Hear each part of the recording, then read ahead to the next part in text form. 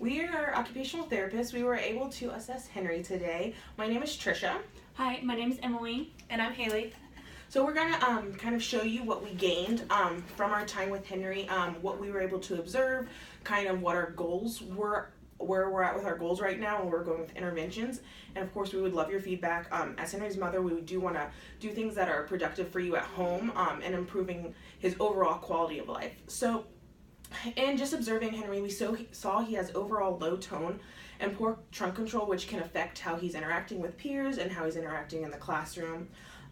He also shows what we call severe winging of the scapula, so it's where your shoulder blades are kind of coming off a little bit more, which can later cause chronic damage to the shoulders and the scapula, which we want to try to avoid at all costs. We also notice that he switches between his hands when he's doing fine motor tasks rather than showing a dominant side, which at this stage we would more than likely see a dominant hand. So that's another area we want to kind of work towards. Inability to orient scissors as well with that fine motor task, and the poor coordination and sequencing when doing overall activities.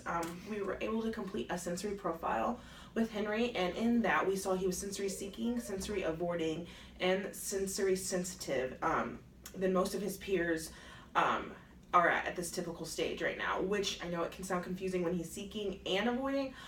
It can be with several different senses that we're noticing this, but he's most sensitive to physical touch, which is something that we can work with him towards as well.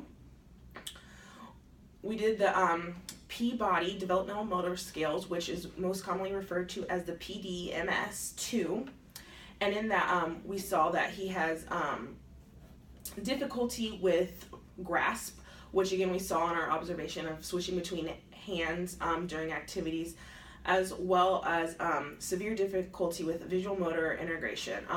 And with this, that we can see that we're going to have a little bit more difficulty with classroom activities and things that will be important for him to be a successful student. We would like to do another test. It's called the BOT-2. And this again will look at the gross and fine motor development of Henry and to better understand where his delays are. There are 8 subtests for that can help us determine more accurately where those difficulties are. And those findings will be interpreted objectively, so we are able to take out just our views and see what the test is truly showing us in that. So that's where we're wanting to go with the testing, and I'll take it to Emily for our goals. Yep, so based on what you've kind of talked with us about, that you're seeing the most difficulty with, and then what we saw in the assessments, which really supported a lot of the things that you said you were seeing at home, we set kind of 2 goals that we want to meet in 12 weeks, and then some goals to help us get there. So by the end of working with Henry, we would like him to be able to demonstrate the ability to manipulate snaps, buttons, zippers, ties, Velcro, and all those kind of fasteners to help him get dressed at home and in school before recesses and stuff like that by himself. And so to meet that goal, we're going to start by fastening like larger buttons and snaps while he's not wearing them, then start while they're on his body. And we're also going to then work on tying shoes, and we can start with some different things like different colored shoelaces and stuff, and we're going to work our way to being able to tie a shoe on his foot. And then also by the end of therapy, we want to have Henry be able to complete an obstacle course that's going to incorporate some fine and gross motor skills, like riding a bike or playing in a ball pit, and that's really going to help him at recess, playing like if he's out or in PE out on the jungle gym and playing with his peers and stuff like that. And so to meet that goal, we're going to start having him talk us through how he might do it and help him kind of coordinate and sequence a little bit how he's going to get that done. And then we're going to try some like riding a bike and some balancing and motor planning there too. So those are the goals that we have set for him at this time. So to make those goals, we are hoping that it would fit into your schedule, that we could see Henry 3 times a week for 60 minutes for those 12 weeks to get to those goals. Each session will kind of look different, but just to give you an example of what we're thinking we would do, we'll start out with just seeing how Henry's doing, seeing how you're doing since the last time we saw you guys, and then we'll start with something called the rainbow swing. And most kids find this fun, and we want to keep therapy fun for him. The rainbow swing has 4 layers of fabric, and it's kind of like a hammock.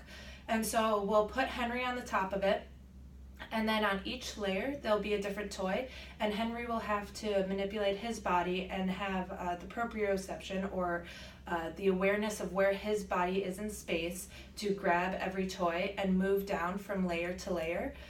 This is a lot harder than it seems, but like I said, it's pretty fun for kids. It's a soft, fun swing. And once he reaches the bottom, the goal will be to go back up and place every toy on the level again. So that will be something we'll be working on. And then for the second half of each session, we're going to work on dressing.